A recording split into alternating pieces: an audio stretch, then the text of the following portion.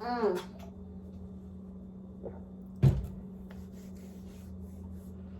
I don't normally film videos while I'm standing because I get nervous and I jolt around a lot. So, hey, I filmed a lot of videos that I don't even think I'm gonna edit them in time for them to even make sense anymore. I had one where I was kind of cleaning my house and was trying to get rid of certain things and clean certain things and move certain things, organize certain things. And that's something that will continue this week. But like I've said in other videos, I think maybe I haven't in any of them that I've posted, but I got my hard drive replacement for my laptop, for my 2015 laptop, because I got a replacement one that was half this. Well, no, hold on.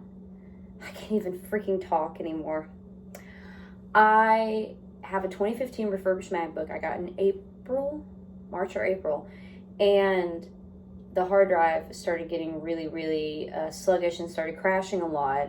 And this was after I cleaned some stuff off of it too, and I still had a good like 150 gigabytes or something left, I think, on there, 150, 170 or something. And so it just started crashing a lot. I tried reinstalling stuff, reset it, I did a whole bunch of stuff, and it was still crashing. So I contacted the company and said, hey, I've only had this for months, I haven't even had it for a year yet. Is there anything we can do about this hard drive that keeps crashing? So they said, yeah, we'll send you another one, we'll send you the tools, it's really easy to do. Cool. Got it in the mail. Finally changed it out. It was pretty simple. I followed a YouTube video just in case, but now I could probably do it from memory. It was so much easier than my 2012 MacBook that I changed the hard drive in a couple years ago. Or actually it might have been last year. I can't even remember when it was, probably 2019. But that one was a lot more complex. This one was pretty easy. This is also the last MacBook they made where you can take it apart and change things inside of it, which I think is absolutely stupid. I think you should always be able to mod and upgrade your computers. I know that they're just trying to monopolize, and they're trying to get it to where you have to buy a new computer every time something goes out on it. But I think it's stupid because I want to get a new MacBook. But the thing is if I want a new MacBook and I think that maybe one day I'm going to want the 16 gigabyte RAM to be upgraded to 32, I can't do that. I'd have to buy a new computer. So from the get-go, you're having to pick the highest of everything that you think that you could ever need, and then it ends up being like a $4,000, $5,000 computer when you could start off with like a $2,000 one, and then you could build up over the years, like, hey, I'm gonna add a little bit of RAM here, I'm gonna add a new hard drive here, I'm gonna do this, but you can't. So stupid. But anyway, they sent me the hard drive, I got it in. I almost thought it didn't even exist because the one in the 2012 one was like this big, and this one was like this big. It was smaller than the RAM I put in my 2012 MacBook. And so it didn't say on it what it was. You know, it didn't say how many gigabytes it had. I just assumed it was the same as the one I had, and I put it in there, and it was 250 gigabytes. And you don't know that until I've already cleaned everything off of my other hard drive, and I put that hard drive aside. I got everything in my iCloud thinking that it would just pop right back on my computer like it did when I reset the old hard drive. But no, it pops up and then it says, hey, here's your new drive, you need to format it, it's 250 gigabytes. And I was like, well, how is this gonna work? Because I have 300 and something gigabytes of memory that I need, or not memory, storage stuff that I need to put on this computer, and I can't now because it's 250 gigabytes. So I'm like, okay, how is this gonna work? So of course iCloud stopped after a certain time. I don't even know if it saved the videos that I was working on, the vlogs I was working on. So I just kind of decided that, I mean, there's nothing I can really do except wait at this point. I don't feel like taking it apart, reformatting the other one, and putting it back in the computer, and then taking it back out. It's not that big of a deal, But it's just a lot of waiting around and a lot of little tiny screws that I just don't feel like messing with it. So I really hope they send me one this week. And then maybe I can start vlogging again, but who knows. After everything that happened with that last vlog that I put out, I just want to say people are assholes. I've always hated people. Not all people, but you know what I mean. Generalized population, we're all assholes. I'm an asshole sometimes. We're all assholes at some point. And I did private the video, but some part of me thinks that I shouldn't have because it did garner me more attention than I thought it would. I really thought only like 50 people would see that video, but it ended up being like 1,000 people. And, you know, I've made videos of my thoughts about all this recently, but again, I don't think I'm going to upload them because honestly, I haven't been in the right mindset. My brain today is finally to a point where it's not super foggy and I can kind of complete sentences better now. I'm a little more energetic, but I'm also really tired at the same time. So as you can see, I'm standing. I don't feel the need to sit constantly, which is an improvement. And we'll get to that in a second. But what was I going to say? Oh, that Sunday and that gig, it hurt my feelings because, and someone shared a really good thing on my Facebook today. They said that, I don't know if they meant that they actually did this or if they were just sharing a story from somebody, but I'm not even going to go into detail. I'm just going to say that it was about going to a venue and listening to somebody and they were singing to me sad songs, and he goes up to the guy and says, you know, this is, you're being a sad sap and depressing, and you need to play something that's not depressing us all. And then a week or a few weeks later, that guy killed himself, the one that was playing music, because he was depressed, and that's why he was playing the sad music. So, first of all, though, I wasn't playing all sad music. I have 4 hours of material to play. Of course, I'm going to play a lot of variety of stuff. But yeah, I'm going to throw in some songs that represent how I feel at the moment.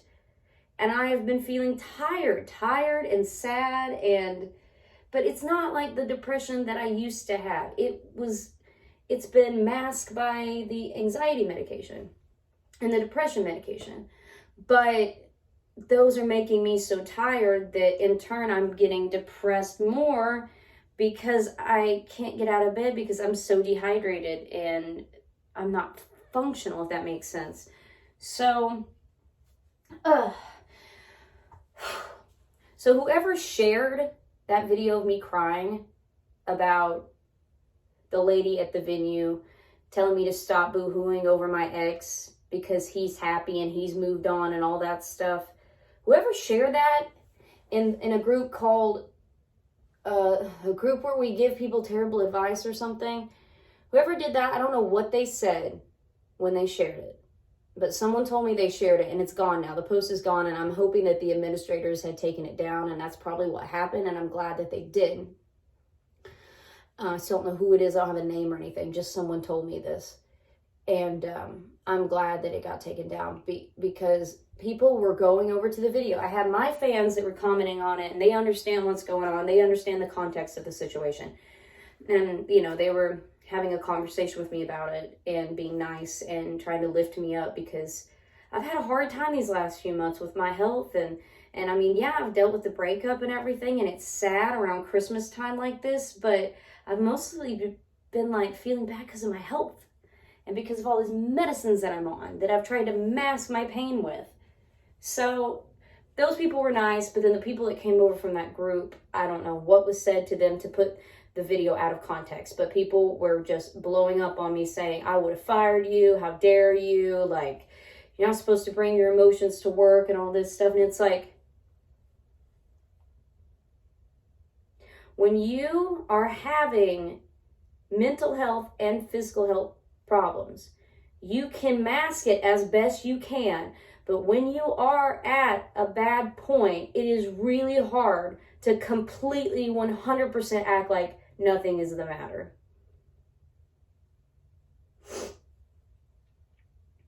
And they were just talking to me like I was singing 4 hours of sad music, and that I was arguing with this lady, which I didn't do, or that I cried in front of people, which I did not do. This happened after everybody left.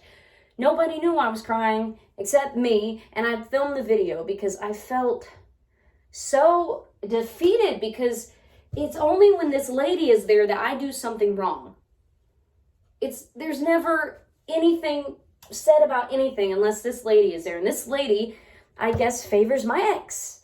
And he does not play sad songs. I put a TikTok up about this. I play everything. I play rockin' songs. I play mellow songs, sad songs, happy songs, whatever the fuck, right? And I'm sorry for my language, but this is how I process things. Cussing helps me process. But it just, the way it was said was really upsetting to me, and that the fact that everybody went over there and acted like I was being just this like spoiled brat and an asshole. And no, I was genuinely hurt. I was defeated that I tried to make this woman not say something like that to me. I tried to put in a variety. I tried to sing stuff that would make her think that I was at least making a variety of stuff. Like, I tried extra hard to please her, and it didn't work. And she said that to me, and it really just upset me, because I've been about at the wit's end with my health. And I wish that I would have looked at her and said, you don't know what I went through with him, but you also don't know what I'm going through right now with my body and my mind. And I literally feel like shit. Absolute garbage. Garbage. And that's the truth. So anyway, I'm gonna quit talking about that. But the people that came on here were assholes. Seriously though? Seriously. Whoever sent you to my video to say things on it, they're an asshole. And they did it on purpose. And fuck them. But to the ones that said nice things and were supportive of me and understood the situation, thank you for saying nice things. But I still privated the video because I just don't feel like getting any more negative comments on it. And drives me up a fucking tree. People are like, I don't go to a venue to hear sad songs all day long. And I'm like, that's not what I did. I'll play a show, I'll be playing like Miranda Lambert, upbeat stuff and everything, and then somebody goes, can you sing Whiskey Lullaby? And I'm like, well, that's it's really a duet, but you really want to hear it? And they go, yeah. And I'm like, that's like one of the most depressing songs ever, but the audience member requested it. They wanted it. The one that's there buying your wine and your snacks and your food, whatever that you have, requested this song. Do I say no to please the manager, or do I say yes to please the customer like I'm supposed to? It just grates on my nerves that I have to be compared to somebody. Just because we broke up, it was fine. I could sing whatever I wanted when we were together, but now that we've broken up, I can't sing sad songs anymore. Anyway, we're going past this topic and on to something else. As you can see, I'm kind of tweaking out a little bit. That's the next thing we're going to talk about. Because like I said, I've made so many videos of where I am talking about everything and my emotions and how I'm feeling. And honestly, things have changed a little bit in the last few days because of my change in medications. So I'm actually getting kind of hot again and actually feeling like I'm going to have a hot flash again. But I'll keep standing until that happens. And then I might have to sit down. But, okay.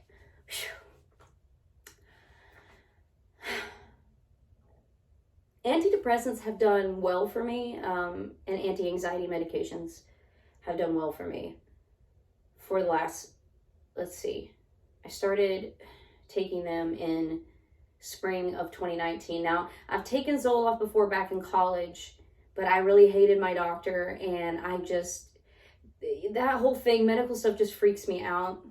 And I've gotten a little bit better about it, but like back then I was like, I'm not going back to that doctor, and I'm not going to continue to take the Zoloft. And I kind of used therapy and other non-prescription ways to deal with my anxiety. But after a relationship that I was in for, I mean, on and off again for several years, and it being toxic, and less because of him and more because of his family, and just the toxicity of that, and all I could do was be happy about something, and then all of a sudden they have to ruin it, and I start freaking out, and my panic disorder came back up, and it started getting worse and worse and worse, and every little thing that happened in my life made me feel even worse. And I got really depressed again. I wouldn't eat, and I got down to 82 pounds. I was getting sick. I lost my voice for like almost all of 2018. It was going in and out, which it kind of has been doing now. Not as bad as it was then. But then it happened again in 2019. It's just so weird that I was getting sick all before COVID, and now I haven't been having that sort of thing going on. It's been other things, but it's crazy. It's crazy. But I went on it because my doctor said, you're too skinny, and I'm concerned for your nutrients and stuff, and I don't know if she thought I was anorexic. I wasn't doing it on purpose. And I don't mean to trigger anybody out there. You might look at my stuff. You might go back and look at it. I don't want to trigger anybody who has had an eating disorder or has one or whatever. I'm not monetized right now on this channel, so I'm saying whatever I want freely. I'm not censoring myself. Ooh. But, sorry to talk about this, but I didn't even notice, other than like my pants size, I guess, getting smaller again. For some reason, I didn't even look in the mirror and say, you're too skinny. But so many other people were telling me that, and it embarrassed me because I didn't see it. I was just so used to not eating as much because I was so anxious all the time that I lost a shit ton of weight. And I mean, I've never been as heavy as I am now, obviously. But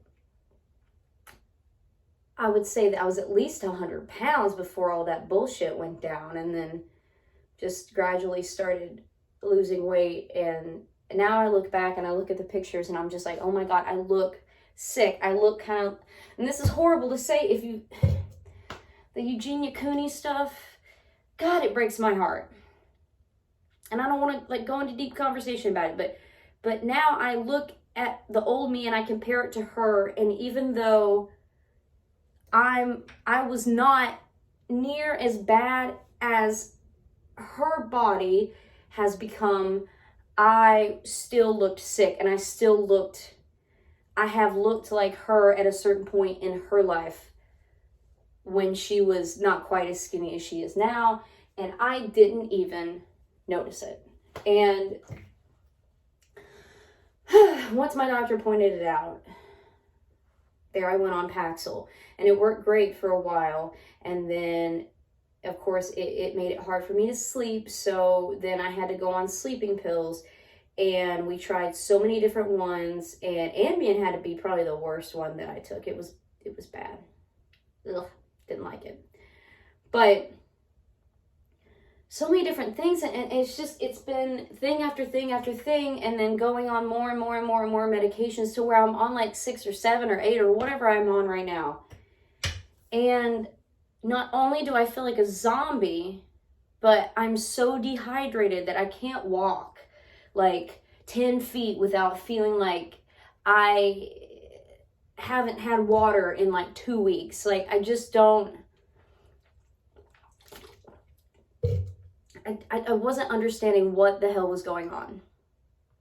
So, this is where I'm going to go on my little conversation about my health and how it is now. So, obviously, I've talked about this. I went to my, annual, whatever, lady stuff, OBGYN, and first of all, I'll go ahead and say this. They found that I have a swollen thyroid, and they did tests for it, but they only tested the TSH. Now, how do I describe this to y'all? I'm not a medical professional, but I have researched a lot about this because I want to know what I'm putting in my body, and I want to know what my body is needing versus what it doesn't need. So TSH is like your overall thyroid function. So they only tested for that. And that was like 5.2, and it's supposed to be between 1 and 4, 1 and 5, and my holistic doctor says between 1 and 3. So that made them put me on Synthroid. But the Synthroid made me lose my ever-loving mind. For 2 weeks, I was hot, I was cold, I was shaking, I was having tremors, I was having panic attacks, getting angry over nothing. I probably wouldn't have ever even said anything to my ex and his girlfriend, whatever she is to him, about the thing that it was the truth, but I probably wouldn't have even have said it had I not have been whacked out on Synthroid. So my thoughts were, I was looking it up online, and I finally went off the Synthroid. But before I did, I only took it for 2 weeks. But before I did, I was looking up why it could make you do that. And the top answer was like, you might be taking the wrong supplement because there's T3 and T4. And let's say your T4 is not functioning properly, then you're going to, like the hormones are down here. You're going to take Synthroid for the T4, and it's going to raise those levels so that your thyroid is functioning normal.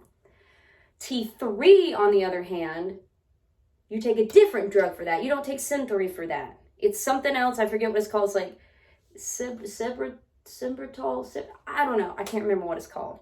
You take another drug for that.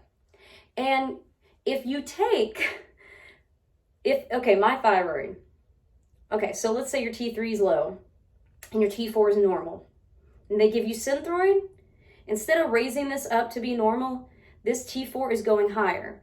So you've got your T4 that is accelerated and it is driving you insane while you're still tired because the T3 is down here. So I figured, okay, that's what they did. They gave me the wrong one, but they wouldn't know because they didn't test me for T3 and T4.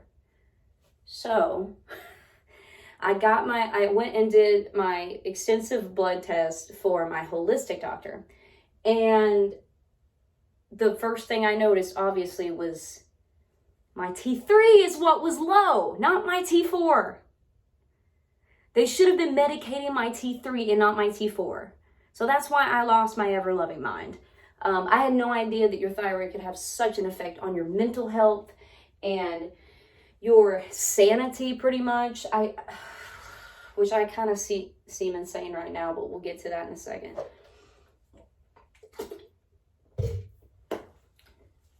So then I start looking at all the other blood test results because, see, I can't go see him until the week of Christmas because I've got to be up here for my pelvic floor therapy appointments and for some shows over the next 2 weeks, but then I'll get to see him. But I wanted to know the blood work results because I really want to know.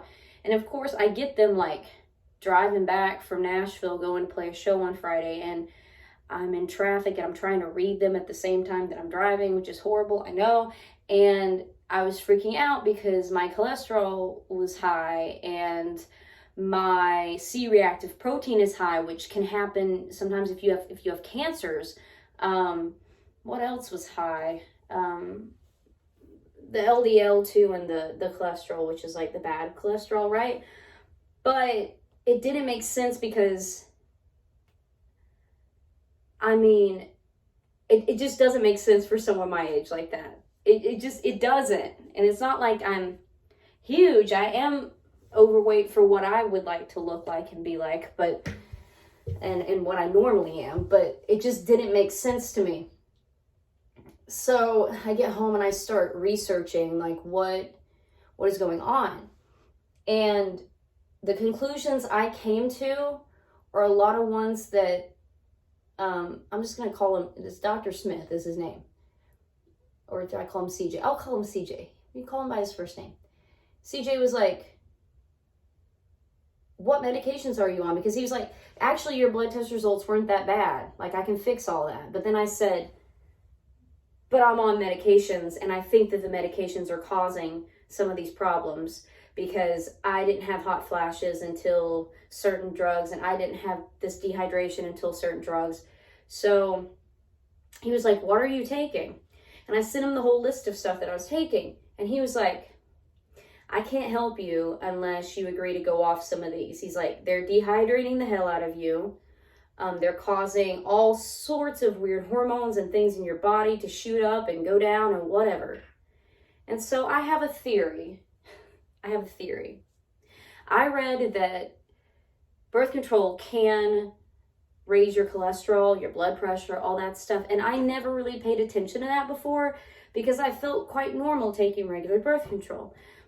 And what happened was back in late winter, early spring this year, they thought I had endometriosis. So they put me on continuous birth control, which means you don't have a period. And this is nasty. I know dudes listening to this or whatever, like, ooh, nasty. I'm telling you for health reasons, okay? I started taking birth control years ago because of how bad my periods were. I couldn't, be active at the time, and I still really can't be. But back then I really couldn't be. So it made it, I just wanted to make my periods a lot better because the last one I had before I went on birth control, I thought I was going to die. I took so much ibuprofen and Tylenol, and I even found a pain pill from my wisdom teeth surgery or something that was 10 years ago. And I still thought that I was going to have to go to the hospital, but I made it through it. So what happened was they thought I had endo. They did an unnecessary surgery. I'm starting to question my OBGYN now. I'm starting to question all of that because this past year has been flub after flub after flub of them giving me the wrong medications or treating me for the wrong things. So she did that intravaginal ultrasound back in January, and she's like, you definitely have cysts, and I can guarantee you probably have endometriosis. And I thought, yeah, I probably do. Mom's always told me that I might have it, with my symptoms that I have. And I thought, okay, cool. Yeah, that'll fix it. That'll fix the painful pelvic stuff, and that'll fix the painful cramps. And it all seemed like it fell into place. But the surgery they found only cysts. They didn't find any cancer. Thank God they didn't find any endometriosis. They tested all the lesions 4 times, and I don't have a tiny little spot of endometriosis. I just have, I guess, fibroid cysts, and they're all over the place, which can make it pretty painful for my periods. But we don't know if I had those cysts before I started birth control or not. I could have just had painful periods. And the fact that the way that before I had the surgery, let's just say, the way I was before my first surgery, I was bleeding back up into my abdomen, okay? So that could have been what caused the cyst. Or that could have been what caused the pain, and maybe it didn't cause the cyst, and maybe I got the cyst from the birth control. I really don't know. But all I know is that wasn't good. Bleeding back up into myself was not good. So if you ever think something ain't right about your hymen, let somebody know, get it checked out, because I didn't even know that was a thing. I didn't know that that's what I had until I wanted to be an adult and be kind of intimate, and I had no idea that was a thing. It can be very dangerous too. Mine wasn't completely, closed off, so I was able to relieve the shedding of my uterus, but it came in clumps, and it had to build up before it would come out. It's really disgusting. I know. TMI again. Don't watch the rest of this if you're not into this TMI stuff. If it's closed off, you could get toxic shock and stuff. It's scary. So anyway, I just went on a long rant about my other surgeries, which you know about if you've watched the videos. You can watch other videos on my channel if you want. Check out all the ones where I talk about the different stages of what they've thought I had and everything. So then she says, come out of surgery. You don't have endometriosis, but you do have this interstitial cystitis, which is like your bladder is messed up. And that's why you're having intimacy pain, and that's why you're having such bad periods, and that's why, like, whatever. And I was like, what? And she goes, no, this is so much better than endometriosis. We can fix you just like that. Like, it's so easy. I went on treatment after treatment after treatment, and I got worse and worse and worse and worse. I have always had an overactive bladder.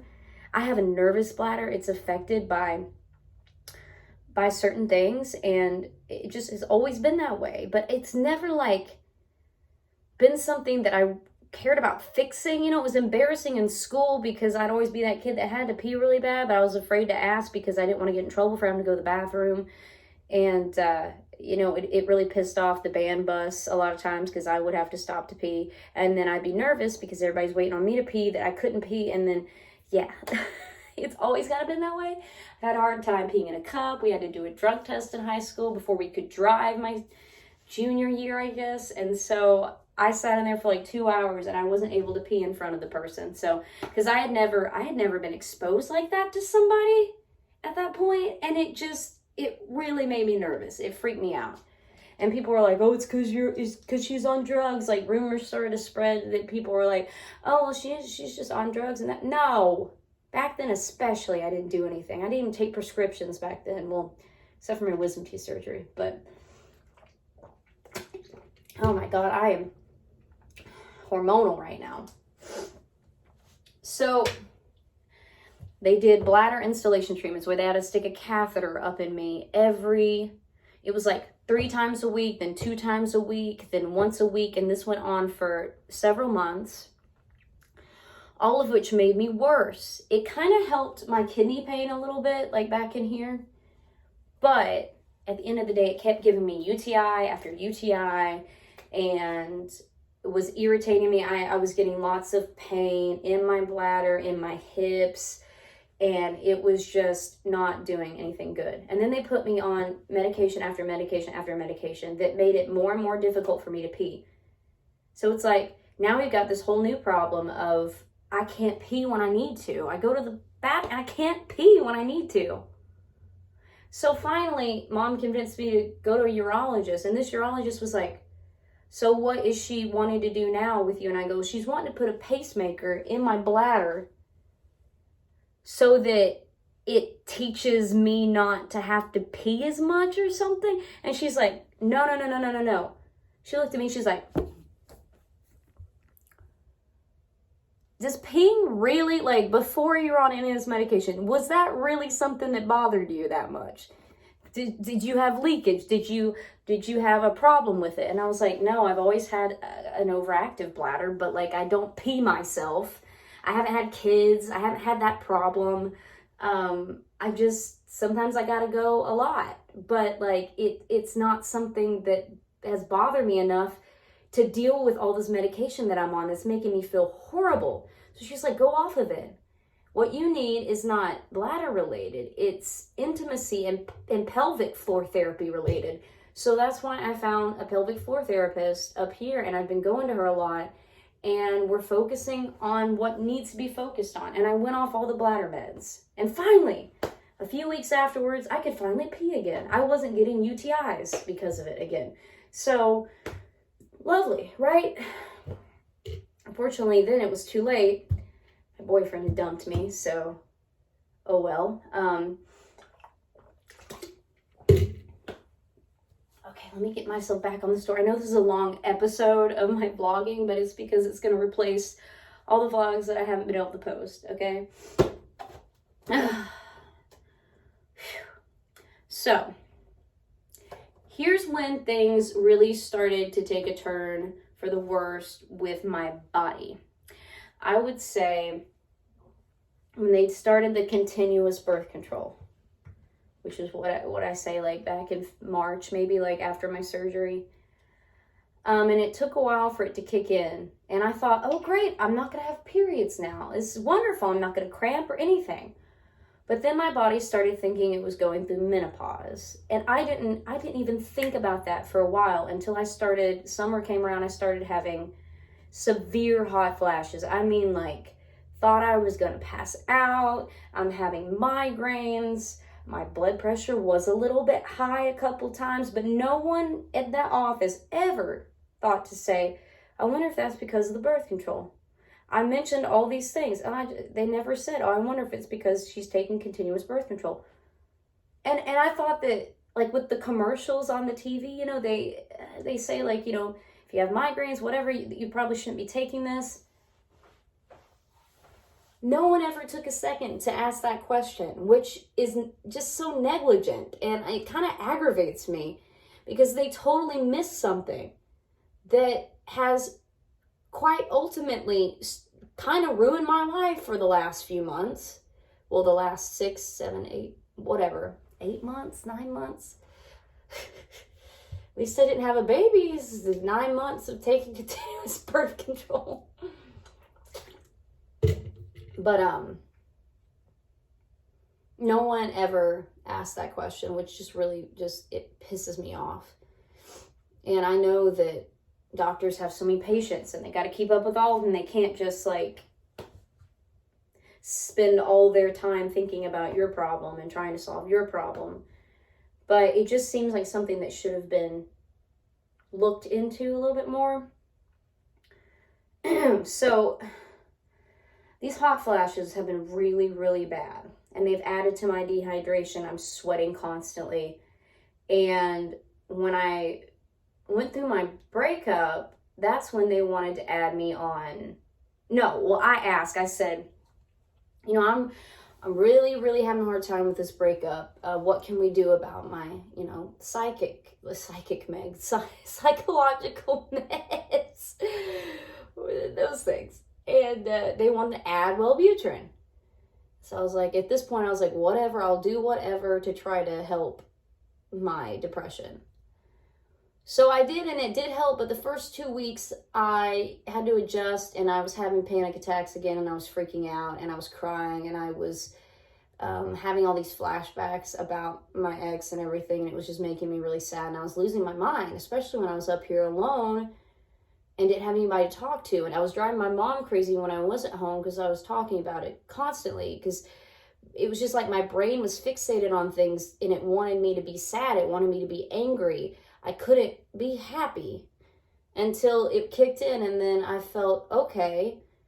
But then I started feeling, even though I was kind of over it, like I was feeling better about myself, my health continued to decline because I was so dehydrated, and I still am. Sorry, look at these pieces where my ex did. Okay, I fixed that. I'm such a picky person. So, gosh, I liked that I didn't feel that I was a zombie. I liked that I didn't have any emotions at all. But my mouth,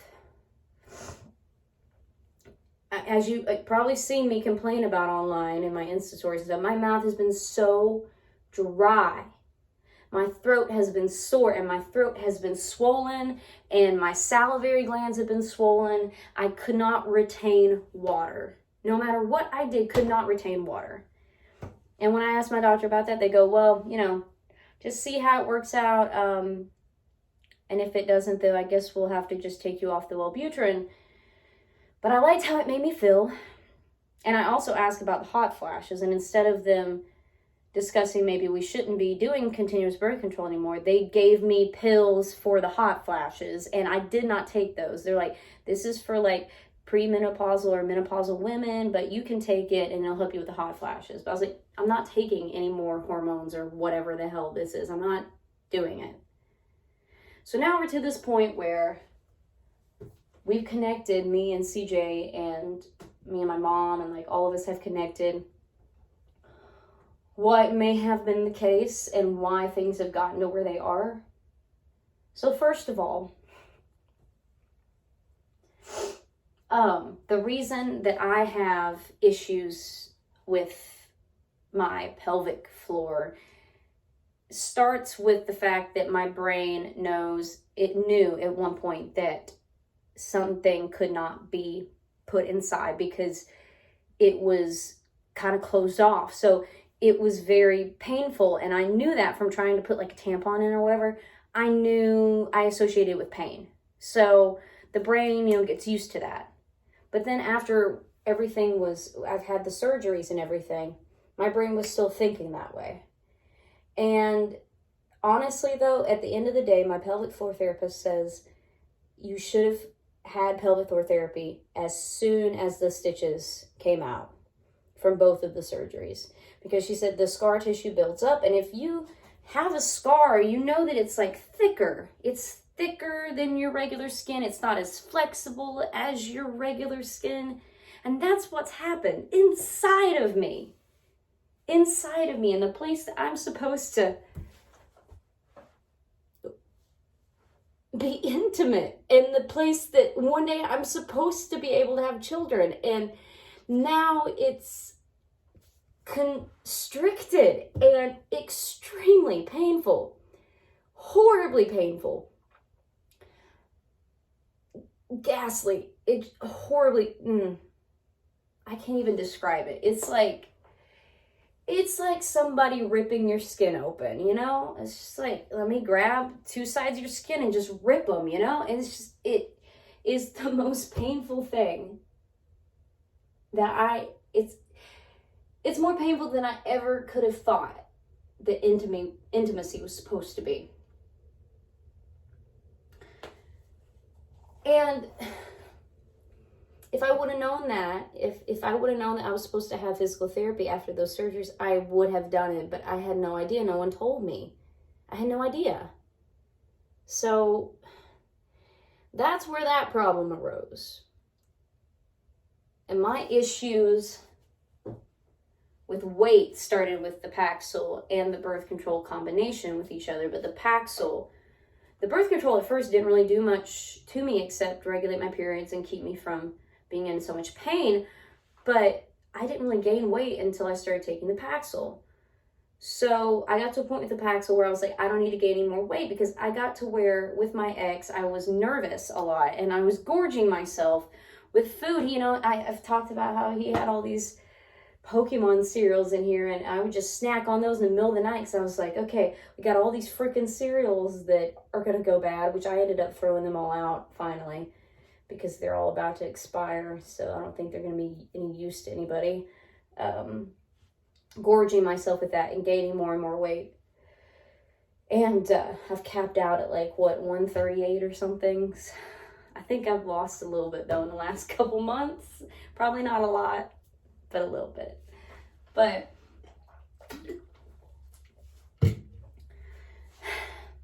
went on the Zoloft. It helped a little bit with my cravings, but the continuous birth control is when I think we kind of get to a head here. I think that was causing hot flash. It was causing everything that menopause can cause. I was having hot flashes. I was moody. I was depressed. I was I could easily cry. My hair and my nails were growing fast, and they say that a lot of that has to do with the androgen in these birth control pills, and the ones I was taking actually have the strongest effective androgen in them. I think it's like a norethindrone or something, I don't know, something like that type of birth control. And taking it continuously like that, I was getting tons of male hormones, a hormone that's active in male, not testosterone, but androgen. It's active in both male and female, but it's something that causes you to, hair's going to grow faster. It's facial hair. You're going to get thicker facial hair and everything. And I was like, no wonder I'm having to pluck my chin every 2 days. So weird. So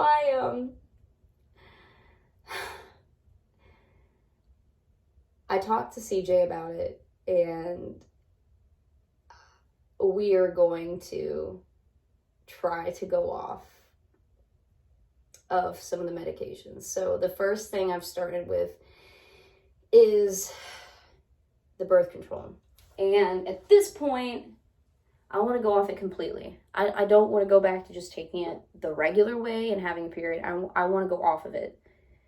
And this isn't me like trying to be like, oh, hey, like Lindsay's going to get pregnant or Lindsay's trying to get pregnant. Don't even twist the freaking story, because I had somebody again at my show on Friday that was like, when are you due? And I'm like, thank you for reminding me I look fat.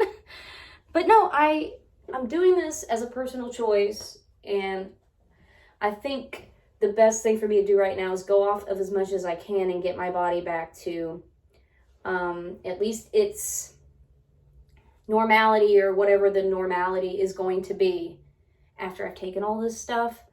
I don't know how my body is going to react to not taking it, but that's the first thing I'm doing. And I went ahead and did what you would normally do with this birth control every month. You know, you take all the blue pills, you get to the end of the month, you take the 2 estrogen pills, they're little white pills, and then that makes your estrogen level go up, and then you don't take the pills for 2 days, and then you have a period, and then you go back to taking the blue pills. But what I've done is just, I took the 2 estrogen pills, which I should not have done because it made me really sick, and then just haven't taken any since. So it's been a few days now, and the hot flashes have hit a horrible high. Today, I have been sweating my butt off. I feel like I am in a sauna. I cannot, like right now, I am so hot. There's not enough deodorant in the world to help me right now. It is horrible. I could wear shorts and a tank top right now outside, and I'd probably feel good. And I've never been this way. I've always been a cold-natured person. Like, I've always been cold. And obviously gaining weight doesn't help that either. But so that's really annoying. But they say, you know, it's going to take a while for your body to readjust and kind of decide, hey, like, you're not in menopause. You're actually a normal 28-year-old that just has some like cysts and stuff, but like, you're not in menopause and you're not supposed to be. So hopefully that will level some things out. And with doing that, I would say right now I feel like the mania that I would feel right before my period. So I would always like get really tired, and then I'd have this one like spike of mania like the night before, and then the next day I would bleed and I'd be in so much pain that I couldn't, you know, move or anything. So that's what I feel like. I've been in a state of mania for a couple days now, which obviously is something that's mental. It's what a lot of bipolar people or manic depressive people experience. And I really only experience it around my time of month. So I don't know if I'll bleed or not, but this is just getting really graphic about my period. Mom's gonna watch this and be like, why? And you know what? I need to sit down now because now I'm getting really, really hot and I can't take it anymore. So we're gonna move you down here to my stove. Is that okay? Now you get the weird angle of like my double chin, which, guys, is it not less swollen? It is less swollen today. 2 days or 2 or 3 days? 3 days of drinking water with a little bit of salt in it and not taking Wellbutrin and not taking birth control. And I'm already seeing a change. So, also something that I looked up is that your body thinking it's in menopause like that can absolutely affect your thyroid. And that's probably one reason, and pregnancy can too. So my mom got her hypothyroidism when she was pregnant with me, but she was also nearing 40, and she was nearing that age where your body, you know, it's like premenopausal. And she's probably going to kill me for saying that, but it's the truth. She had a hard time getting pregnant, and, you know, she waited a while, and I'm going to do the same thing. I may never have kids, but if I do, it'll be later. Not right now. I am in no place to have any children. So don't even go there. Think that.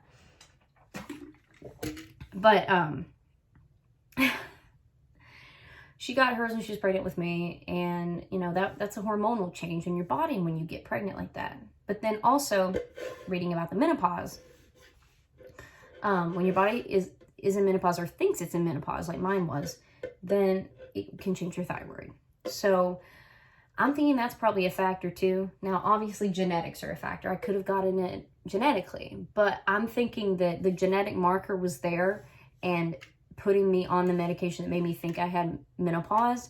I think that the genetic marker and that just accelerated it, and then there it happened, because I've not had this thyroid problem. Obviously, I've gone back to the same doctor once a year for several years now, and they've never noticed a problem with my thyroid, and I've been going all year long. I've been going like once, twice, 3 times a month, whatever, because of all the surgery and the treatments and all the stuff that I was going through. That was, a lot of it was unnecessary, but no one ever noticed my thyroid until October, and it's so weird. And I was like, okay, yeah, I think it is a little bit swollen. And I asked the lady, you know, I haven't seen my actual doctor since like my surgery, I don't think, or like right after my surgery. So I asked the PA's, the one that I see most all the time now, and she's the one that noticed the thyroid thing. And I said, could any of my medications have anything to do with it? No, it's just genetics, and you're going to be on the Synthroid for the rest of your life. No, actually, no. I'm not going to be on the Synthroid for the rest of my life, because it's the wrong drug. You gave me the wrong medication for what is wrong with my thyroid.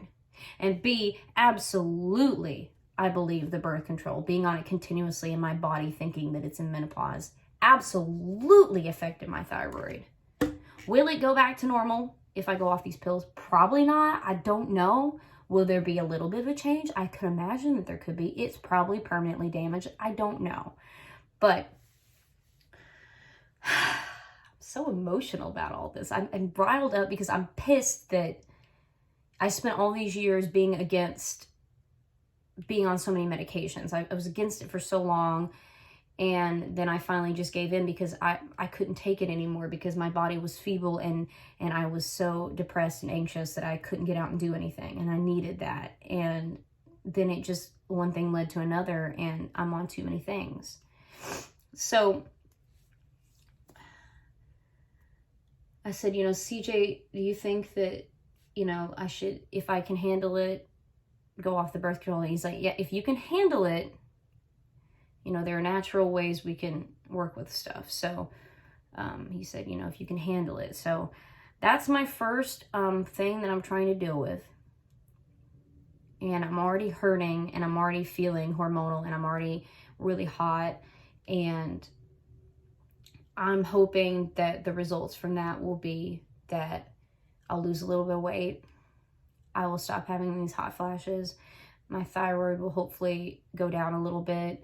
And even out a little bit, and so will so many other things in my body. My C-reactive proteins, like I said earlier, that can mean that you have cancer, but it also can mean that you have inflammation.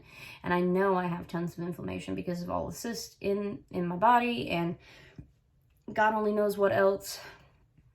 The dehydration, obviously, if you're inflamed, one of the best things to do is to drink water, but my body wasn't retaining the water, so it wasn't helping the inflammation, if that makes sense. So my CRP was high or low or whatever it is. And the markers for a high risk for stroke and heart disease were elevated. They were highlighted because, and I'm going to relate that back to the birth control, because that is absolutely something that can come from that. And I did not know that until I had comprehensive blood work done, and not just my TSH.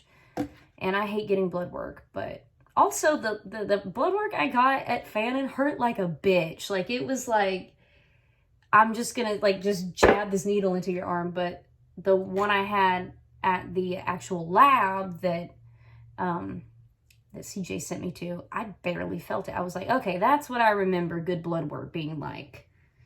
Because the other one, I literally said fuck shit, and then I was embarrassed because I was like, I just screamed fuck shit in the middle of a doctor's office.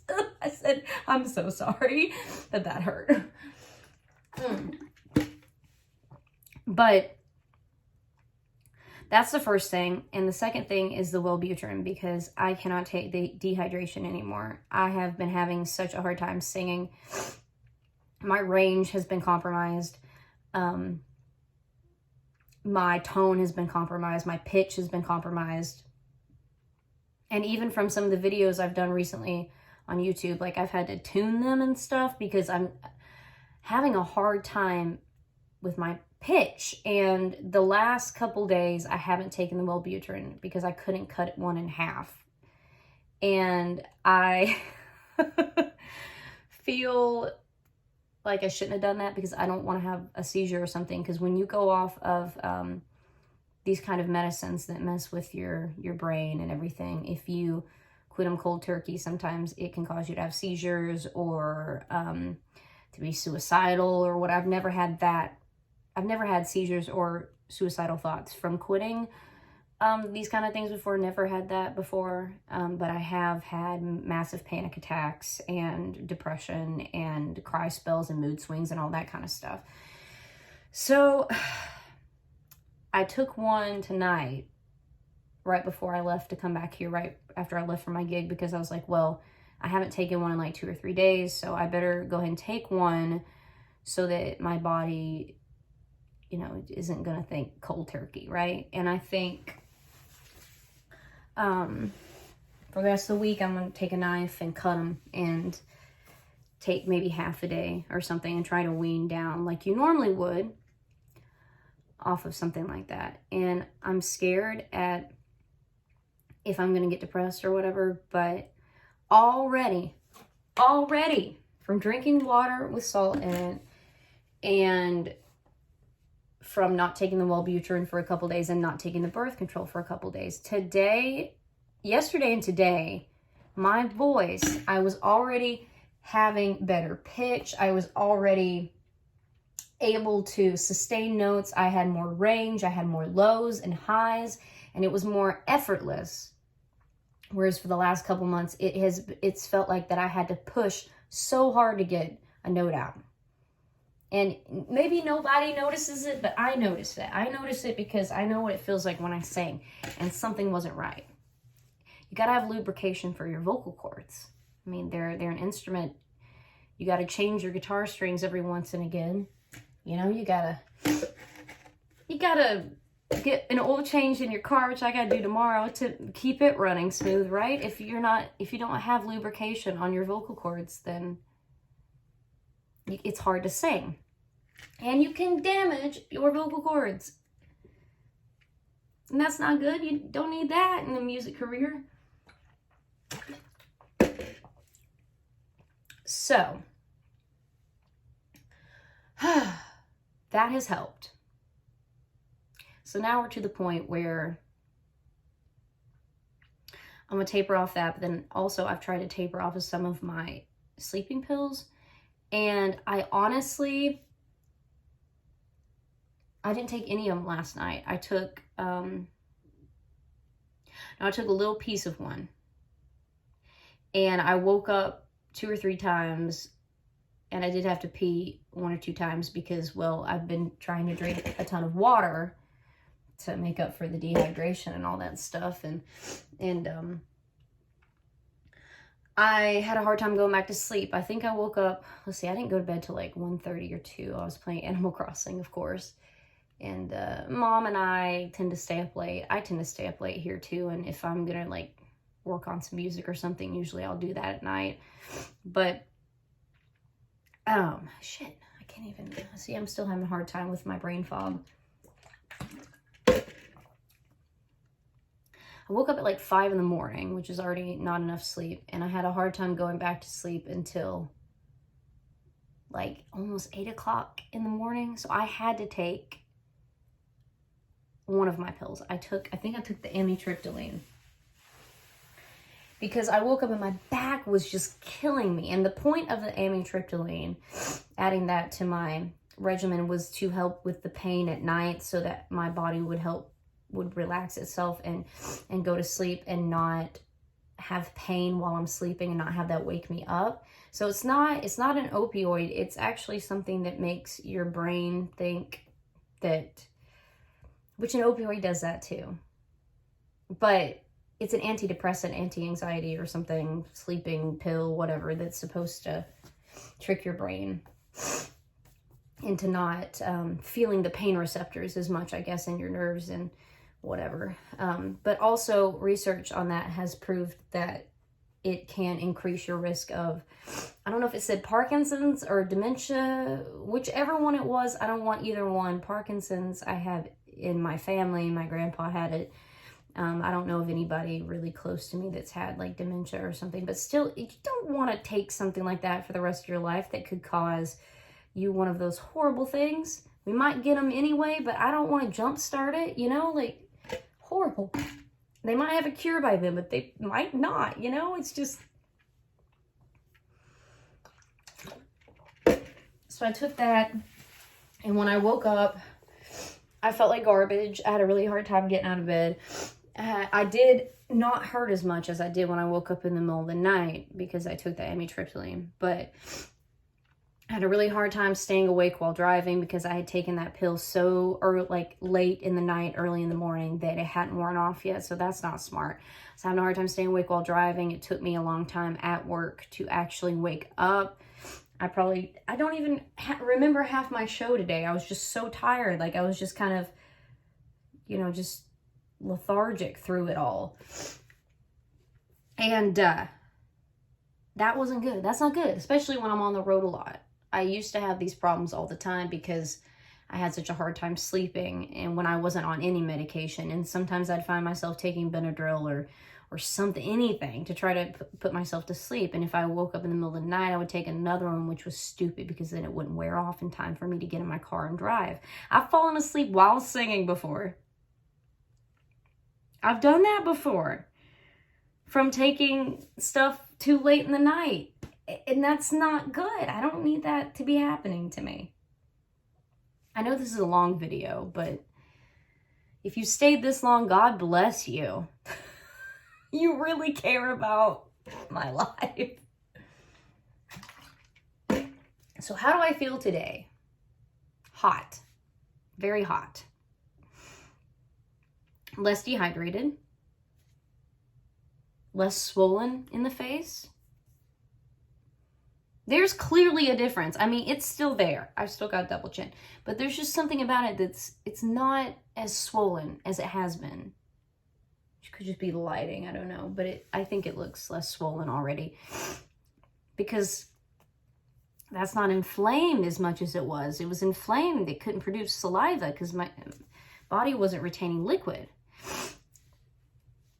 So it is like, what is it, 2 o'clock in the morning here? 1 o'clock? Maybe it's just 1 o'clock because I don't think the stove time's set back. So I feel a little jittery. I feel manic. I feel tired at the same time.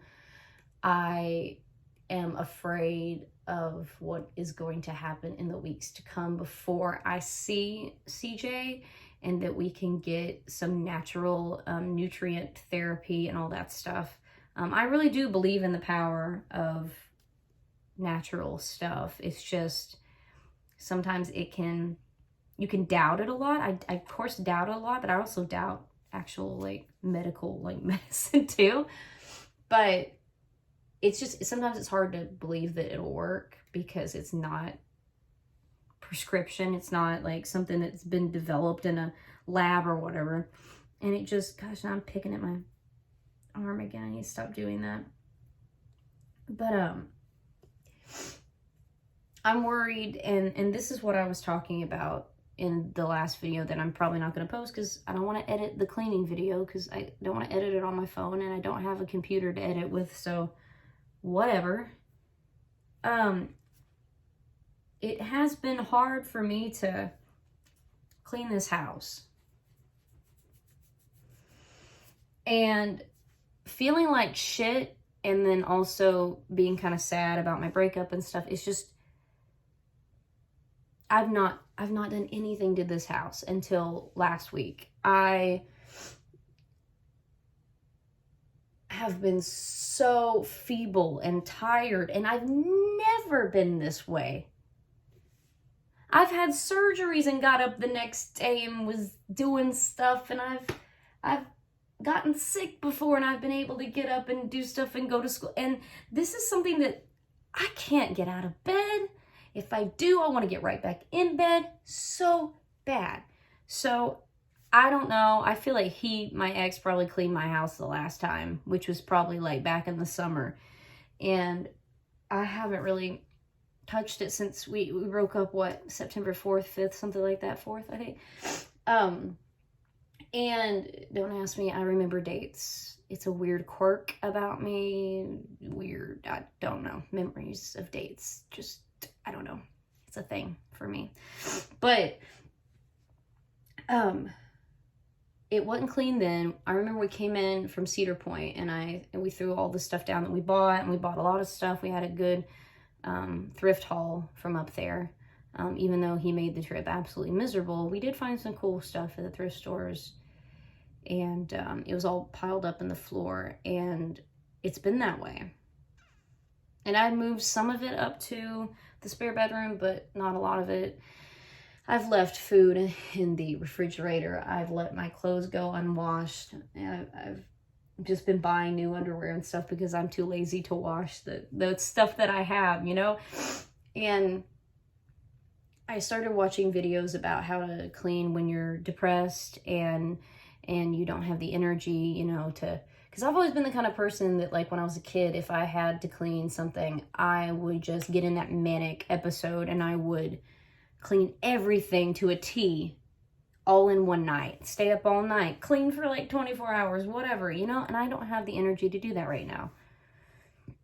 Nowhere near the energy. And I know when I first moved here and Mom and I were working on the house, we worked on it a lot into the night. I had a lot of energy back then. I was able to get up and climb on things and paint and rip down wallpaper, and I wouldn't wake up the next day feeling like absolute, like, I have cancer, you know? And that's not to make fun of that. I have a friend right now that has cancer, and I'm not trying to make fun of cancer, but I'm just saying I can imagine that the fatigue from cancer is similar to that. I mean, probably worse, but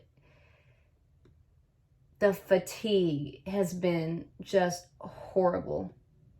But no, I wouldn't say comparable to cancer, but if cancer is a lot worse than that, I don't know how I would handle that, because this has been bad. That's what I'm trying to say. And I hope that she's updating us every day, though, about that, which I like, because I want to know what's going on with her and her journey and everything. And we all wish her to get better, obviously. She's too great of a person for this to take over her life. I think she's going to come out swinging. Very treatable kind of cancer. So I think that she'll be fine. She'll be fine. It's just going to be rough for a few months. Just like it's been rough for me for a few months. Just thank God I don't have cancer. And a lot of people will look at you and they'll say, like my mom does this sometimes, like, well, at least you're not her and you don't have cancer, you know? And I'm like, yeah, I'm thankful for that, but I still feel sick. I still feel feeble. I still feel weak. And that means I know that something's not right with me. And we have to correct that. I mean, I can't go around saying, like, oh, I'm going to get out of bed today because I don't have cancer. I can't get out of bed today because I don't feel good. I feel like garbage. So, I'm trying to think what else needs to be said in this video. I was talking about cleaning with depression. I watched a couple of videos on it, which was kind of silly. I was just kind of being silly at first, but then actually this one lady was like, so, you know, it's okay to get depressed and not be able to function around your house and take care of your house, because just getting out of bed, just living, just brushing your hair and taking a shower and doing the minor things in life can be difficult. And that's absolutely true. And especially when you are sick and depressed, or sick and not depressed, whatever. It's a cycle that continues. It's like, I'm sickly and depressed. And therefore, because I'm sickly, I can't get out of bed and do anything, or I don't want to get out of bed and do anything. And then that makes me more depressed and sickly, because I feel so guilty about not getting out and doing things up here like I'm supposed to be doing. Because I'm supposed to be working. That was my stomach. Ugh. Ow. Apparently I'm hungry again.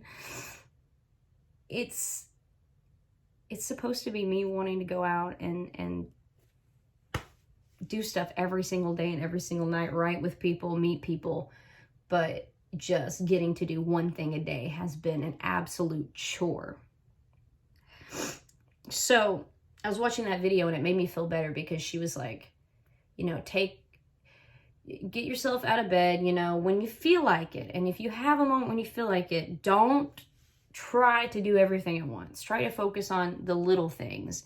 And once you get one little thing done, you'll get another little thing done. And that way you're not thinking, oh, I didn't do good because I only cleaned one spot. You got to clean that one spot and say, I did something. And that's okay if I only did a little bit. It's okay, cool. I can do this. So that's what I did last time. And I have to say it's a step in the right direction, because I attach memories to objects and to things. And it has been very hard, especially the first couple months, living in this house with all the memories of me and my ex. And we've got good memories and we've got bad memories. The good ones hurt the most, because those are the reasons that you didn't want to break up, you know. But then the angry ones suck to remember, but they're better to remember for me, because they show me why I didn't need to be in a relationship with him, and how controlling and narcissistic that he was, and how rude he was to me, and how that I lost myself in that relationship. I lost a big part of myself. I lost control over my own house.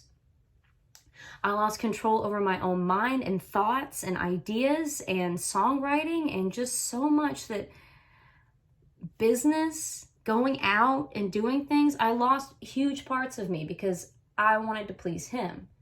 And I just kind of gave up on pleasing myself, because there were moments where I thought that standing up for myself when he said something rude to me was what I needed to do, that I've learned from past relationships, that I can't let somebody walk over me. But then he would act like I shouldn't have spoken up. And then it's like it tumbled down from there, that I was afraid to speak up. It's just like with when I worked for Moby. Obviously, that wasn't a romantic relationship. He probably wanted it to be, but he would do that. He would, like, my ex would have me, he'd be like, I need your help on your table. And I'd come out and I'd start helping him with the table. And he'd be like, no, you're just messing it up. Don't touch it. Don't touch it. Don't touch it. And it's like, well, why'd you ask me for my help? Like, I'm trying to help with my table for my house. Why are you being an ass? Moby would do the same thing when I worked for him. It was like, I need you to come in here. Stop what you're doing. I need you to come in here. I need you to talk on the radio with me. Okay. All right. Sit down.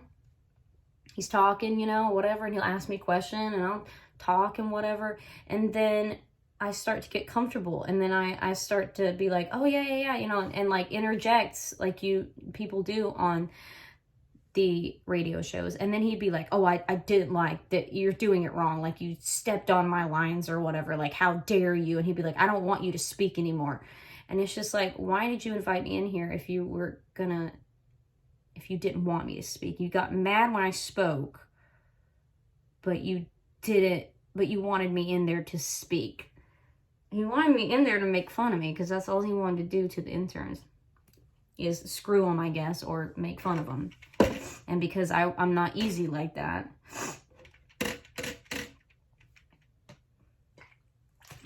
he liked to make fun of me. And I've got to learn through the process of this, that this is, several times this has happened to me. Not every guy I've dated has been a narcissist, but several of them have been. I've been through, obviously, having a boss that's narcissistic. I've had teachers that were, I've had professors that were. I seem to kind of notice it now. And I'm getting better at picking up on it when I first meet somebody, but it's sometimes maybe I won't always want to give somebody a chance because they might only be acting like that because they're insecure or something, you know? You might find a side of them that's actually really wonderful underneath it all, or you might find a side that's absolutely terrifying. And that's what I've found recently. Well, not really terrifying, but not great. So I did that. I took little spots, and I got all my clothes washed. I'd let some of them sour. Some of them I washed too many clothes at one time, and then when I tried to dry them, then they didn't get dry, and then they were soured. And my God, I hate that sour smell because holy crap. I had an ex one time that his clothes always smell like that, and I tried my hardest to, I mean, it's really a lack of concern from his mom and a lack of teaching from his mom that caused this. I know it is. She just neglect when it comes to domestic things, which I was not taught to do chores when I was a kid. My grandma would let me help out and stuff, but my dad was always afraid that I would hurt myself or mess something up or break something or whatever. So it was really more of a nuisance for them to have me do chores. They would just do everything for me because they didn't want me to mess anything up more, I guess. So yeah, like touch the refrigerator. No, don't do that. My beer's in there. You can't help in the dishwasher. No. You might cut yourself on a knife. You might stab yourself with a fork. Can't wash the dishes in the sink. Don't want you climbing on anything to get to the sink. I don't want you using the microwave because you're gonna put metal in there and blow it up. You know, it was a lack of trust, and learning to trust myself in doing household things has been a process over the last few years, and especially the last couple of years since I moved here. And living with someone this last year that was a lot like my dad in the sense of like, I'm going to do something myself. And he looks at me and says, but you can't because you're a woman and you can't. You don't know how to do that. That's why you need me. And reinstilling that idea into my head that I can't do it. I can't do things around the house. I can't do certain things because I'm either a woman or just because of who I am and how I am that I can never learn things like that. But I also got to look back on the fact that Dad did kind of teach me at first before he started drinking a lot and stuff. When I was really young, he did teach me, you know, like lefty loosey, righty tighty. I learned how to wire the stereo system and stuff, which I mean, I still have a hard time with to this day because you really got to label everything because it all gets tangled. I'm gonna have to redo that one day this week too, or one day soon. I've got to get the TV wired back up to the new receiver that I got up at Cedar Point that I have not used yet. It's a Technics. I got it for $10 as a Technics. And the Denon one that I have that went with the system, it seems to be short-circuiting. So $10 for a Technics one that's a little bit newer, probably like early 2000s or late 90s than the ones I have now that are early 90s. Anyway, I'm going off on tangents. But it has been hard to sit and go through things that have remained exactly the way they were when he left me. There's still the Pokemon cards, the last few that I had opened up, and they were all laying out on the dining room table. I haven't eaten on the dining room table since August, I guess, and they were all still laying there the way that I left them, and I had to sit there last time, and this is when I was talking and doing my little speech, but I decided to not post that and just to post this instead. So that's kind of why I'm ending on this little anecdote here, because I want to repeat what I said in that video without having to post that one, because it was just really lethargic. I was very just not able to come up with sentences and stuff as well because I was so medicated and still dealing with all of that. So it has been difficult to go through and clean out stuff and to get all the Pokemon cards, and I don't know what I'm going to do with them yet. If somebody wants to buy them, please let me know. I definitely want to sell what I can. Take the bulk somewhere and get some money for it, because there's no way I'm letting just all those cards go to waste like that. Give me a little bit of money out of them or something. But also, if you're a kid out there, if you know a kid out there that would like some donated, I'd be willing to donate some of them too, because again, I don't want them to go to waste. I wouldn't mind making little money off of some of them, but I wouldn't mind donating some of them too, because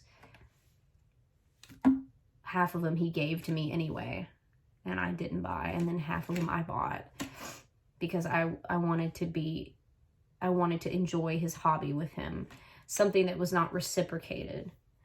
And the thing is like, I don't want to say I expect that from somebody, but at the same time, you kind of do expect them to reciprocate and compromise, you know, like I'm trying to help you out with your hobby, and like I'm learning about it, and I'm trying to, you know, understand why you like what you like, and I'm trying to get into it myself, you know, so whatever. And you would expect that they would at least not insult your hobbies or insult what you do, like with my clothing that I was selling, which is now starting to sell, which is funny.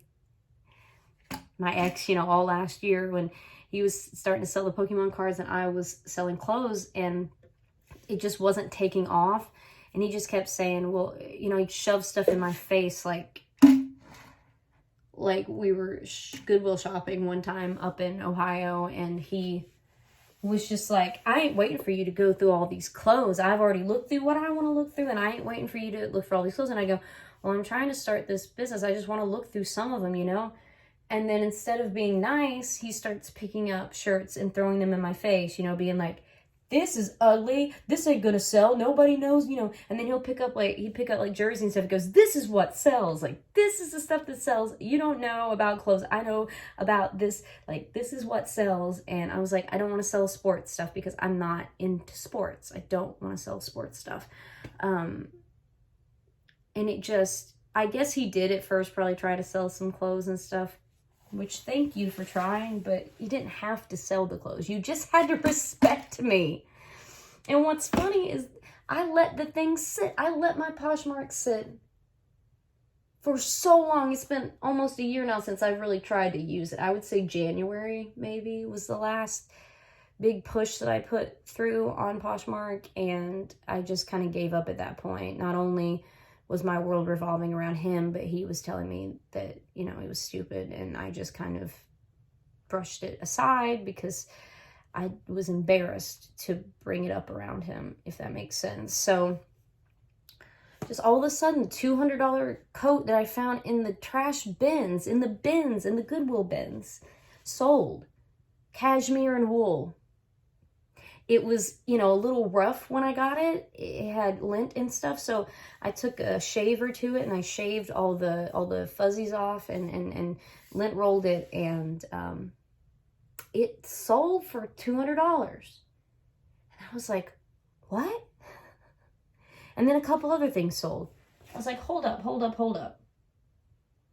Maybe I'll go to the thrift store again. So I did. And I sold a pair of $100 Ugg boots, and I've sold another like $50 pair of boots this week, and I don't know what is going on. I have like 3 packages in there now in my car. I've got to drop off tomorrow. I was trying so hard last year to make this happen. I was sharing, I was sending offers, I was doing so much. I was trying to put so many clothing items on there that I couldn't keep up with them. But now just putting a few things up that I know are probably worth money and taking chances like that, I've made money. What the hell, man? I will say though, if you do go on my Poshmark, there's stuff that I probably have since given away. So some people have wanted to purchase something and then I went and looked for it and I didn't have it anymore. And I hate that. And it's going to be that way at first until I can figure out what I have and what I don't have anymore, because I quit doing it. I just left it active, and if anybody wanted to buy something, you know, if I still had it, I'd send it to them. So it's going to be that way for a while. But yeah, I'm getting back to taking over my life and my house again. And I think this week I will take some more steps to help me to recover from losing myself in my house. And little steps like getting the laundry put away that I finally washed and dried last week. I finally got my refrigerator cleaned out. My God, the mold. Oh, the mold in some of the food that's been in there for weeks and weeks and months. Got rid of that. Got rid of all the Pokemon cereal. So I don't have to look at that anymore. What else did I do? I cleaned up the mess in my bedroom. Like, Emmy likes to knock things off of my nightstand, so there's a lot of like dried, sticky freaking drinks and stuff in the floor, and I literally just didn't take care of it. Didn't want to, didn't feel like it, didn't do it. So I finally got some little attachments for my Swiffer mop because I lost the ones it came with. I don't know. But I got some heavy duty ones at Big Lots, and I went through and I mopped the floor up there, and I got all my trash taken out, and finally tonight got my trash taken down to the curb, so they'll pick it up tomorrow so I can finally get rid of all that trash. I still have more though I got to put in there once they bring it back up. You can't really lay the bags out next to it because they pick it up with, you know, a lift. It's not like back at home at Mom's house where they actually get out of the truck and go and dump it. It's a city dump, you know. It's an electronic. It's not manual. Well, it's manual, but it's not human labor. It's a machine. Gosh, it's been an hour and 26 minutes and I'm still talking, and I'm just brain dumping because I really just want to brain dump so bad. I definitely still, you know, occasionally think about things that he said to me. And I think about him sometimes, you know, obviously, like, I think about, like, how's him and his lady friend, and how's his family, and his grandpa was having some issues, and I want to know if he's okay, and I mean, just things like that. But when it comes to him, with him telling me he's going to sue me, and just these little things, they're scare tactics, and just to think that I thought he cared about me at any point, and to see how he's reacted to hurting my feelings, and just open the refrigerator with my foot. I always had monkey feet. Pick things up with my toes. My dad used to do that too. I got it from him. Anyway. Oh, but why does it still stink in there?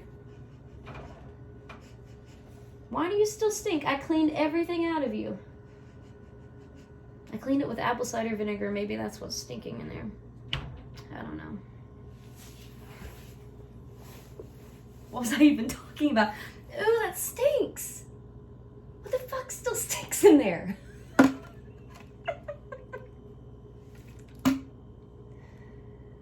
But you know, I've been doing actually pretty good. I've been doing pretty good about the whole thing. And I think the first time that I gotten upset about in a long time was when I did have that lady at that venue in Blue Ridge to come up and say that to me about I'm boo-hooing and he's not, or whatever. I have boo-hooed a little bit, yeah. And I'm sure he has not, because he has no emotions. I've never seen him show any emotion other than nothing and anger, and that is it. That's all I've ever seen him display. Maybe a little bit happy, but not a lot of it at all. And I've most certainly never seen him feel remorse or empathy or sadness for anybody. And I'm sorry that I'm the one that got hurt, and I'm the one that's been going through the ringer, not only with that, but my health and everything. Of course I cried. Of course I cried. My hormones are fucked up right now. So fucked up right now. You say something like that to me, like, and it makes me feel like, oh my God, like, I'm losing and he's winning or whatever, like in that moment, I lost my shit. But I need to hang up this video because it's an hour and a half long and it's a brain dump. And I need to go upstairs and just wind down and try to teach myself how to go to sleep without a ton of medication. And get ready to start my day tomorrow. I've got physical therapy. And I need to continue to clean. And I need to continue to try to book for next year because I keep forgetting about that. I keep forgetting that I need to work on that. And January is always very difficult for pay and for work, and I need more shows up here, and I don't know what to do about it because it is so difficult to get places to get on board with you. Like I said, I've got a show this Friday and a show next Friday at the same place up here, and it's gonna be Christmas music for 4 hours, which honestly, like, I can do it. Well, she said I could do 20% other things, so I'll try to mix in songs that are kind of wholesome songs that could go with the Christmas music, I guess. I'm gonna have to work on that this week too, just kind of pulling and filing all of the Christmas songs that I know and getting the chord charts set out right. And obviously, I guess in a gig like that, you could repeat yourself because that's a long time to have to play Christmas music. And hopefully I'll get some breaks too. But I'm excited to see what the bar looks like when it's Christmas themed, because when it was Halloween themed, it looked really cool. But yeah, that's at the Bode Hotel, the gothic looking hotel that I played at on Halloween. And they have a little bar off to this, it's called Sidebar. It's a little tiny bar, but they know how to decorate it. And I'm hoping I'll put on a better show this time because when I was there last time, I was really messed up. Really messed up. And I'm not talking about alcohol or whatever. I'm talking about my mentality and my health and my physical health. What else do I have to say before I hang this up? I want to thank everybody that's been supportive. Oh, and this is something I don't know if I said this earlier or not, but I want to thank the venues, the owners, the employees, and even the audience members that have been nice to me when I'm going through this difficult time in my life. I've noticed that some of the venue owners will look at me and they'll be like, "Are you okay? Are you doing okay?" They'll see what I post online, or they'll just see that I don't look happy, or I'm not feeling good, and they ask me. They genuinely want to know, what can I do to help? Are you okay? And I've been open with them about it, like I'm working on managing my medication and trying to get my hormones in order and my sleep back on track and my mental health and my physical health back on track. And most have been really nice about it, but there's always that one that just thinks, oh, this girl's a lazy asshole and she is depressing and not entertaining, and I can't stand to be around her anymore or to have her play here anymore, without ever asking, hey, like, are you okay? You seem tired. Like, are you okay? So I really do appreciate the venues that have done that. There have been several recently that the employees have been like, you okay? Like, I know you're going through a lot. I really appreciate that. That's important. That is very meaningful to me. In a world full of people that just want to shit all over people, like they did on my YouTube video where I was crying. Isn't that crazy? All these happy videos, songs, and performances, and all these things you can post online, and vlogs about trips and stuff, and the one thing that gets attention is a video of me crying about someone insulting me and making me feel bad. And then they make me feel worse on it. I guess how I'm going to end this is going to say,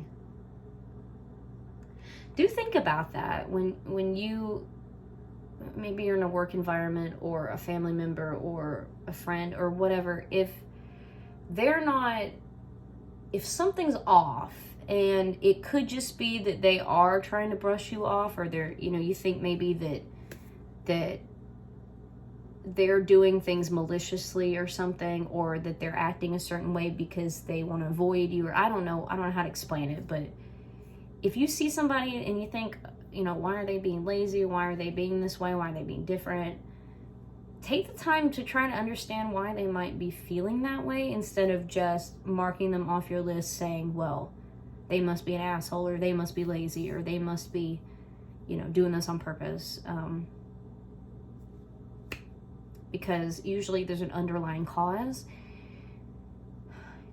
It's kind of like some teachers, you know, in school, they'll do that. They'll notice if, you know, all of a sudden, like, you're making straight A's and all of a sudden you've failed something, and they want to know, they'll take you aside and want to know, you know, hey, like, you know, is there something going on? And then some teachers are just like, ha, ha, ha, look, little Miss Perfect got an F. You got to understand that everybody's going through something at some point. We all go through something. And being kind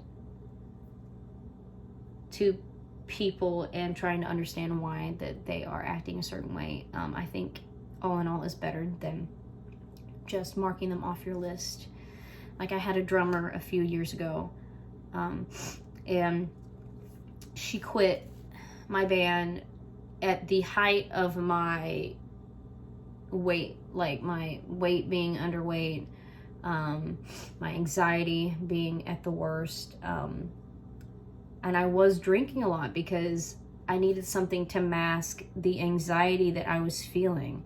I wouldn't say I was an alcoholic. I wasn't like drinking all day long and stuff, but if I had to do something social, and if there was a bar, you know, then that's what I was doing. And so I got really drunk one night because not only was I taking allergy medication because I was really, really sick and I was having a hard time singing, but then people kept buying me shots of whiskey for my throat, and I kept drinking it, and she just kind of brushed me off and didn't talk to me for a year. And when she contacted me last year, I actually cried about it because I was thinking, wow, instead of talking to me about it, she just walked out on me for a whole year and then decided that she would talk to me about it a year later. And that was when I needed a friend. But instead of being there for me, she was embarrassed and she walked out on me. And I'm no longer friends with her now. We did make amends and all that stuff. I just, after that happened, right now, I can't have friends like that right now because I can't trust them. And it brings back bad memories, in my opinion, because she had a connection to someone I dated and someone that I loved or thought I loved. I didn't love him. But it's things like that that make a difference, okay? So maybe you're working with somebody and they do get drunk like that. Try to understand what's going on. Don't just push people aside for obviously their attitude or their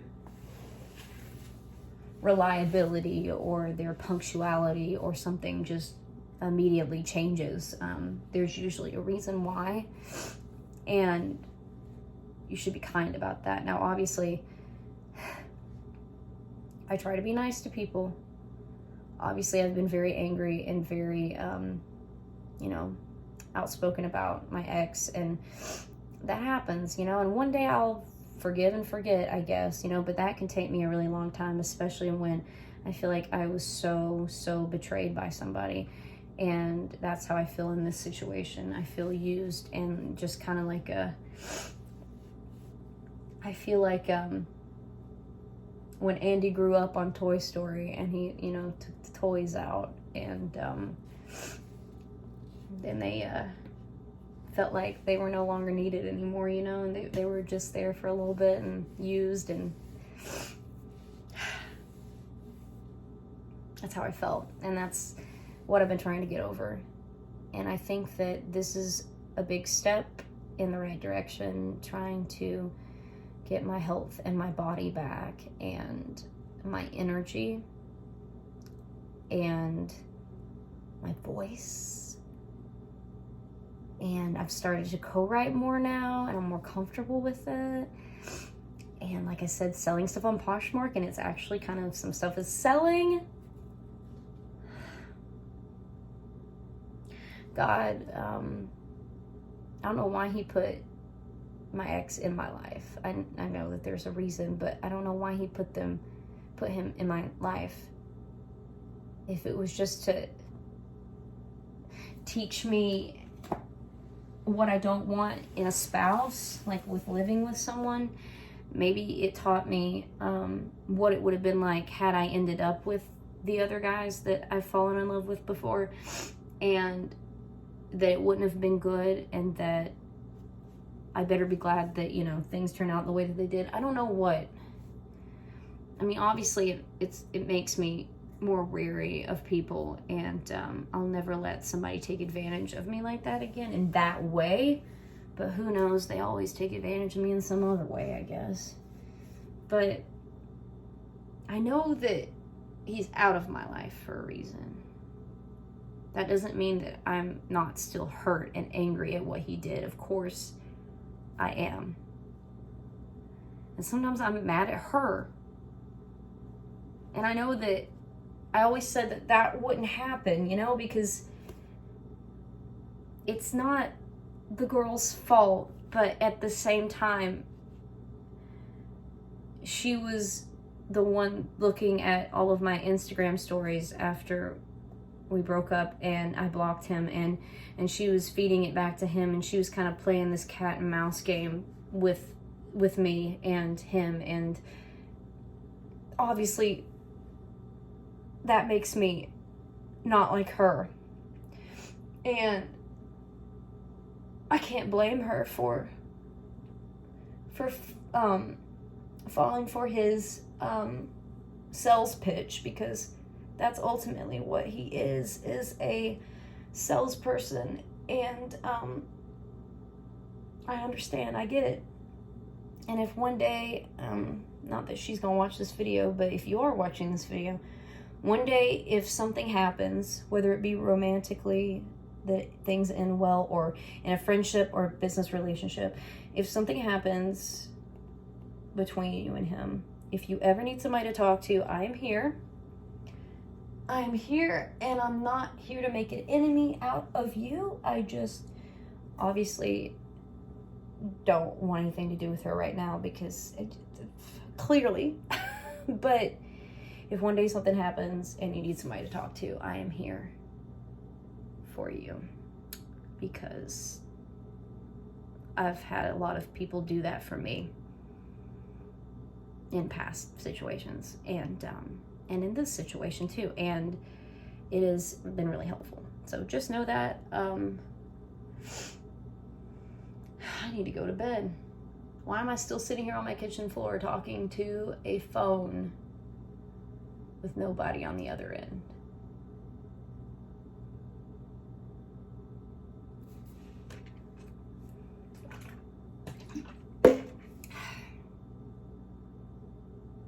Good night. I may or may not vlog this week because of the situation with my computer, but at least you'll have this video, and maybe I can make another song video or something. I definitely need to work on some Christmas song stuff. And I wrote a Christmas song last week with Byron, and I need to at least make a demo of it, because all I have is a rough draft, and I need to kind of practice it a little bit anyway, so I can play it for my Christmas shows.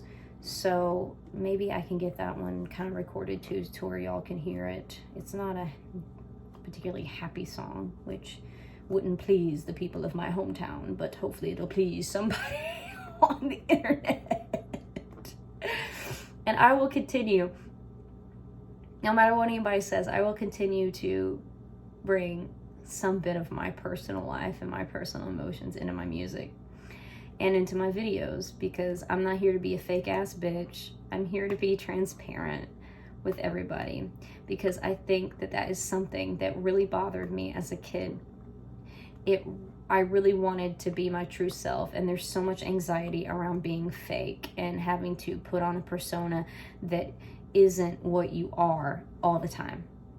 And obviously we do mask our problems a lot when we go to work and stuff, yeah. But here I have an environment where I can just sit down and talk and let those emotions out and journal them by video. And I think it's healthy for me, at least. I love to talk about my problems, and people hate that, but I do, because the more I talk it out, the more I think about, why something happened, or why it's good to be away from a situation, or why it's good that I'm in a situation. It helps me to process that. Talking things out loud has always helped me to process emotions. Like I even got in trouble in math class just trying to talk to myself through a math problem, because that I do things out loud. I talk to myself to work out things, and that's just, I think out loud, like quite honestly think out loud and literally, and that's just how I've kind of always been. So thank you for watching. If you watch this video the whole way through, kudos to you. Kudos to you. But my back is hurting now, which is going to happen a lot, I think, going off this birth control. I'm going to get the lower back pain again and uterine pain and all that stuff. And I don't know what my pelvic floor therapist is going to say about it tomorrow, but she's going to be like, whoa, you're going off the bed. But I'm hoping she'll help me with that too. Merry Christmas, happy holidays, whatever you celebrate. I'm Christian myself. I would say non-traditional Christian myself. But not everybody is, and I get that. So just happy holiday season. Merry Christmas to those who celebrate it. And obviously, hopefully, I plan to be back on here many times before Christmas. But I'm going to say it anyway because we are in that time of year right now. Be kind. Sometimes you got to be mean. Obviously, I'm learning that. Sometimes you got to stand up for yourself. Sometimes you got to be mean. Sometimes you got to be assertive. And I'm learning that every day. But whenever you can step away from the anger and all that, remind yourself to be nice to people, because you don't know what they're going through. They could be about to jump the edge, and you're that last thing that could have saved them, but instead you continue to push them, and then maybe they aren't around anymore, and I'm not saying I'm suicidal. I'm just saying it could be anything. Someone not wanting to be your friend, someone losing their life, someone taking drugs, I don't know, it could be anything that someone is struggling with. And instead of being nice and trying to understand what they're going through, you just further push them to the negative side of things, because you don't want to understand what they're going through. Okay, that was a lot of brain dump. I'm gonna walk upstairs and get in my bed. And the moment that I get up to the top of the stairs, I'll probably start having a hot flash again. Right now, my hips and my uterus are twitching. I'm gonna eat some pistachios. That's something that I remembered that I like after being in this relationship. So maybe that's what God wanted me to be in the relationship for. He wanted me to learn that I like pistachios again. And I miss my cat. Emmy's not been up here the last several times because she is unruly in the car, and I'm trying to come up with, if you have any ideas, if you've made it this far, you probably haven't. If you have any ideas about how I can make Emmy more comfortable in the car, let me know. But I've tried almost everything that I can think of other than giving her Benadryl, and I know some people say don't do that. So I don't know. Leave your thoughts in comments below. Don't be an asshole. Be kind. If you're an asshole in the comments, I might think about deleting it, because I don't feel like arguing with anybody again right now, because it's the holiday season and I'm just being truthful and honest and open with y'all, and you can choose to believe me or not, or like it or not. All right.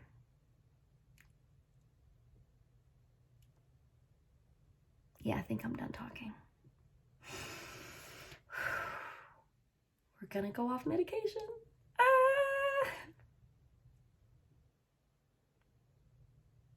I need to insert that video right now. It's a TikTok where it's like, doc says, we're gonna start taking you off your meds or whatever, and it's got the girl like beating on her head with like, she's got like a bowl on her head, and I'll insert it right here, and that'll be the end of the video. Okay, bye.